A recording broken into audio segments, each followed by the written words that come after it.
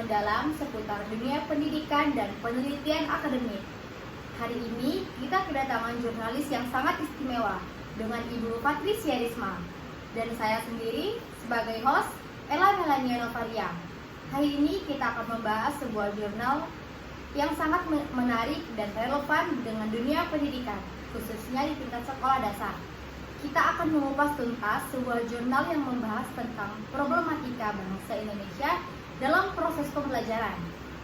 Baiklah, tanpa berlama-lama, mari kita mulai episode ini dengan membahas jurnal terbaru tentang mengupas problematika bahasa Indonesia di sekolah dasar. Yuk langsung aja kita simak. Halo semuanya, perkenalkan saya Patricia Risma. Jadi betul sekali Ella, jurnal ini menyajikan analisis yang mendalam tentang berbagai tantangan yang dihadapi siswa dalam menguasai bahasa Indonesia.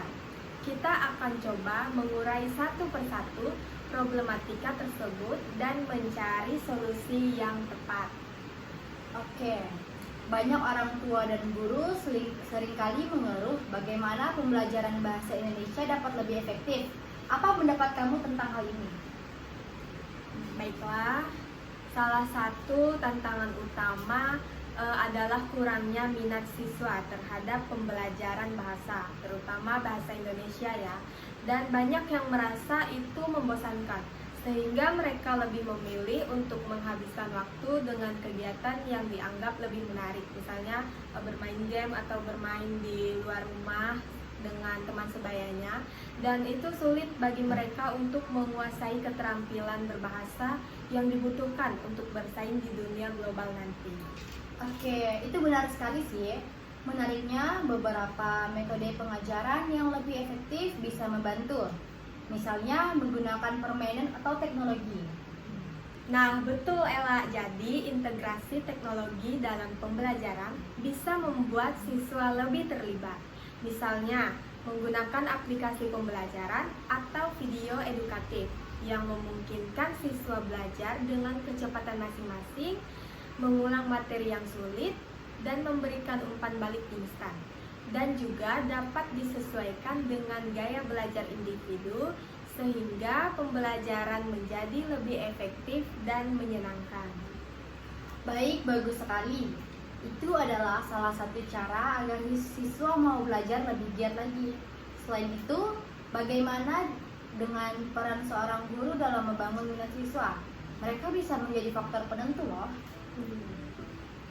Iya, jadi peran guru itu sangat dibutuhkan ya. Guru yang kreatif dan mampu menjelaskan materi dengan cara yang menyenangkan akan lebih mudah menarik perhatian siswa.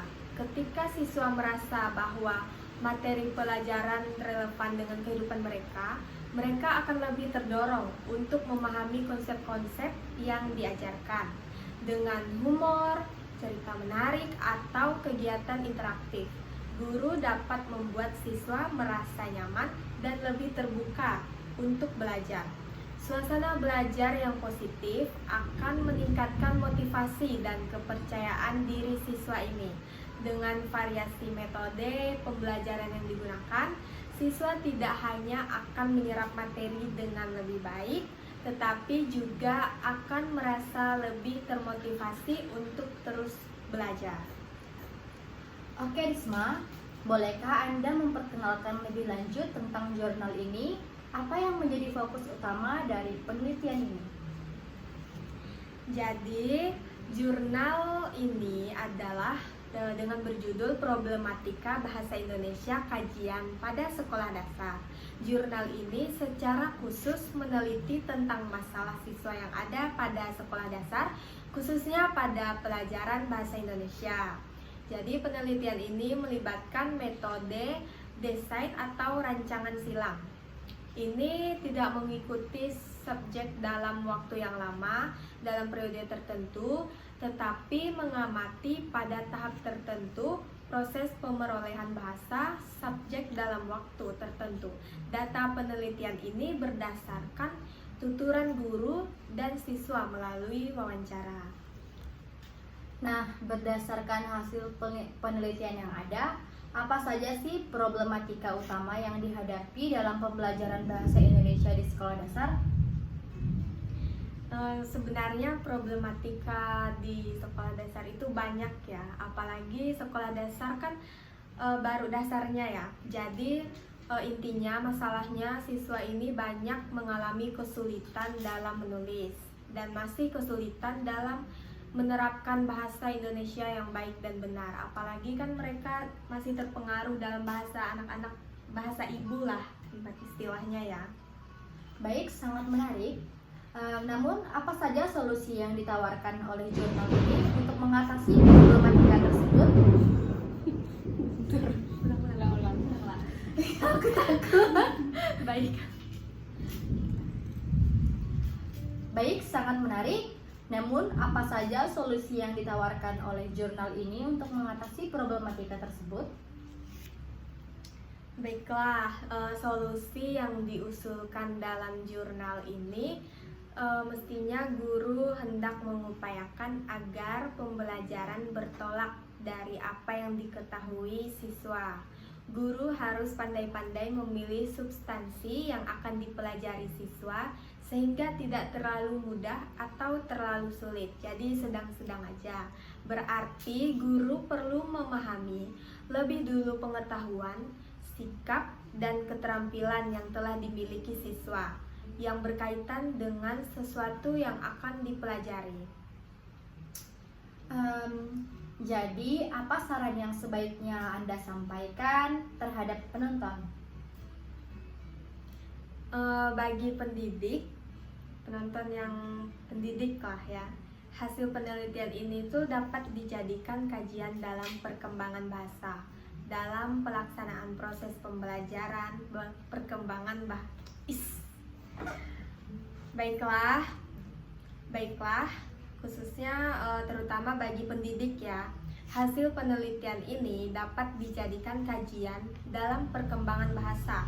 Dalam pelaksanaan proses pembelajaran perkembangan bahasa, hendaknya memelihara suasana pembelajaran yang sehat dan efektif, sehingga anak mampu mengekspresikan dirinya sebagai subjek proses belajar, bukan hanya sebagai objek pembelajaran.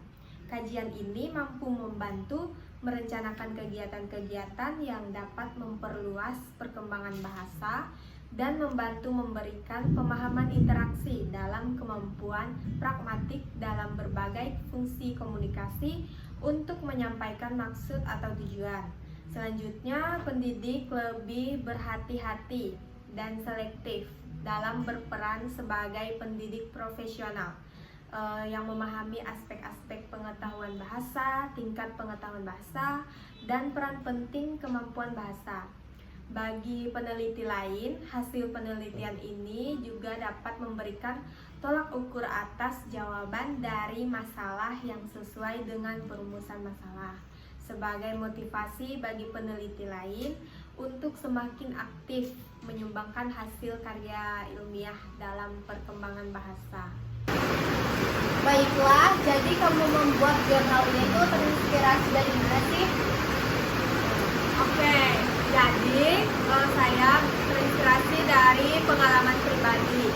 Misalnya, kamu pernah melihat nggak kesulitan anak-anak di SD dalam memahami pelajaran bahasa Indonesia, terutama terkait tata bahasa, pemahaman teks, atau kebiasaan berbicara sehari-hari yang berbeda dengan aturan formal. Jadi yang kedua itu saya terinspirasi dari penelitian terdahulu. Ada banyak penelitian yang membahas soal kesulitan pengajaran bahasa Indonesia di tingkat dasar. Misalnya penggunaan bahasa daerah yang masih dominan atau metode pengajaran yang kurang inovatif. Saya juga terinspirasi dari perkembangan teknologi. Bagaimana perkembangan digital ini memengaruhi cara anak-anak belajar bahasa Indonesia, misalnya melalui aplikasi belajar, media sosial, atau game edukatif. Dan saya juga terinspirasi dari observasi sekolah. Jadi saya bisa mengamati langsung problematika yang muncul, seperti kurangnya fasilitas belajar, guru yang tidak terlatih dengan baik, atau kurikulum yang tidak relevan dengan kebutuhan siswa. Dan yang terakhir, saya terinspirasi dari literasi yang rendah ya. Mungkin saya tertarik dengan fenomena rendahnya minat baca di kalangan anak-anak dan dampaknya terhadap kemampuan bahasa mereka. Jadi dari berbagai inspirasi tersebut, saya bisa fokus pada isu spesifik yang ingin diangkat. Entah itu terkait kurikulum, metode pengajaran, atau pengaruh budaya dalam pembelajaran bahasa. Oke, baik. Apakah penggunaan bahasa daerah atau bahasa asing mempengaruhi kemampuan siswa dalam belajar bahasa Indonesia? Oke, penggunaan bahasa daerah atau bahasa asing ini mestinya dapat mempengaruhi kemampuan siswa dalam belajar bahasa Indonesia, baik secara positif maupun negatif. Jadi pengaruh positifnya ini ada yang pertama yaitu keterampilan linguistik. Siswa yang terbiasa menggunakan bahasa daerah atau asing mungkin lebih mudah memahami konsep linguistik seperti tata bahasa dan kosakata. Yang kedua, keberagaman budaya. Menguasai berbagai bahasa ini dapat memperkaya pemahaman siswa tentang budaya yang berbeda, yang bisa mendukung pemahaman konteks dalam bahasa Indonesia. Dan yang ketiga, kemampuan beradaptasi. Jadi siswa yang mengenal banyak bahasa cenderung lebih fleksibel dalam berpikir dan beradaptasi dengan materi pembelajaran. Tadi kan pengaruh positif ya, sekarang pengaruh negatifnya itu yang pertama ada pencampuran bahasa. Siswa mungkin cenderung mencampurkan bahasa daerah atau bahasa asing dengan bahasa Indonesia yang dapat menghambat penguasaan bahasa yang baik dan benar. Yang kedua, kebingungan konsep. Jadi penggunaan beberapa bahasa secara bersamaan ini bisa membuat siswa bingung dengan struktur dan kosakata, sehingga mempersulit proses pembelajaran. Yang ketiga, kurangnya praktik. Siswa ini lebih sering menggunakan bahasa daerah atau asing. Mereka akan kurang berlatih dan berinteraksi dalam bahasa Indonesia. Oke, lanjut ke pertanyaan berikutnya, yaitu bagaimana cara menumbuhkan minat bahasa pada anak-anak agar mampu berbahasa, kemampuan berbahasa mereka itu berkembang menjadi lebih baik lagi. Jadi untuk menumbuhkan minat baca pada anak-anak agar kemampuan bahasa mereka ini berkembang lebih baik, ada beberapa cara yang bisa dilakukan, yaitu buat membaca itu menjadi aktivitas yang menyenangkan. Pilih bahan bacaan atau sesuai minat dan usia anak, seperti buku bergambar, komik atau cerita petualangan. Jadikan membaca ini sebagai aktivitas yang seru dan tidak membosankan. Dan juga contohkan kebiasaan membaca. Anak-anak cenderung meniru perilaku orang dewasa di sekitarnya. Jika mereka melihat orang tua atau guru suka membaca, mereka juga akan termotivasi untuk melakukan hal yang sama. Dan menciptakan lingkungan yang mendukung membaca. Sediakan rak buku di rumah atau di kelas dengan beragam buku yang menarik. Buat sudut baca yang nyaman dan menarik agar anak-anak merasa tertarik untuk membaca. Juga ada libatkan anak dalam pemilihan buku. Jadi ajak anak-anak ini ke toko buku atau perpustakaan dan biarkan mereka memilih buku sendiri. Ketika mereka memiliki kendali atas apa yang mereka baca, mereka akan lebih antusias untuk membaca. Dan juga gunakan media digital. Manfaatkan teknologi ini dengan menggunakan aplikasi atau platform digital yang mendukung literasi. Banyak aplikasi membaca interaktif yang bisa menarik perhatian anak-anak dan meningkatkan minat baca mereka. Nah, dengan pendekatan yang kreatif dan dukungan penuh, minat baca anak-anak bisa tumbuh yang berbahasa mereka secara keseluruhan. Oke, baik. Sejauh mana anak-anak di sekolah dasar memahami tata bahasa Indonesia yang baik dan benar? Dan apakah mereka mengalami kesulitan? Jadi anak-anak di sekolah dasar ini kan umumnya masih dalam tahap perkembangan kemampuan bahasa ya. Jadi sehingga pemahaman mereka tentang tata bahasa Indonesia yang baik dan benar itu cenderung terbatas. Ada beberapa faktor yang mempengaruhi sejauh mana mereka memahami tata bahasa, dan memang banyak yang mengalami kesulitan dalam aspek ini. Jadi dalam